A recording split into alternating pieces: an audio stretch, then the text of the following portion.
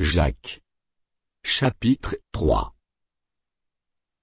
Mes frères, qu'il n'y ait pas parmi vous un grand nombre de personnes, qui se mettent à enseigner, car vous savez que nous serons jugés plus sévèrement.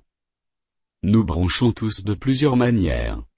Si quelqu'un ne bronche point en parole, c'est un homme parfait, capable de tenir tout son corps en bride. Si nous mettons le mors dans la bouche des chevaux, pour qu'ils nous obéissent, nous dirigeons aussi leur corps tout entier. Voici, même les navires, qui sont si grands et que poussent des vents impétueux, sont dirigés pour un très petit gouvernail, au gré du pilote.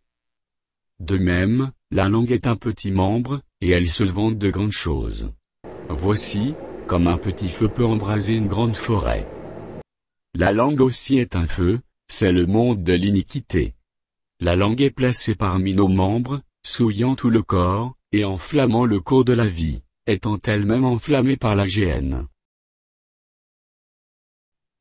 Toutes les espèces de bêtes et d'oiseaux, de reptiles et d'animaux marins, sont domptées et ont été domptées, par la nature humaine. Mais la langue, aucun homme ne peut la dompter, c'est un mal qu'on ne peut réprimer, elle est pleine d'un venin mortel. Par elle nous bénissons le Seigneur notre Père, et par elle nous maudissons les hommes faits à l'image de Dieu. De la même bouche sortent la bénédiction et la malédiction. Il ne faut pas, mes frères, qu'il en soit ainsi. La source fait-elle jaillir par la même ouverture l'eau douce et l'eau amère? Un figuier, mes frères, peut-il produire des olives, ou une vigne des figues? De l'eau salée ne peut pas non plus produire de l'eau douce. Lequel d'entre vous est sage et intelligent? Qu'il montre ses œuvres par une bonne conduite, avec la douceur de la sagesse. Mais si vous avez dans votre cœur un zèle amer, et un esprit de dispute, ne vous glorifiez pas et ne montez pas contre la vérité.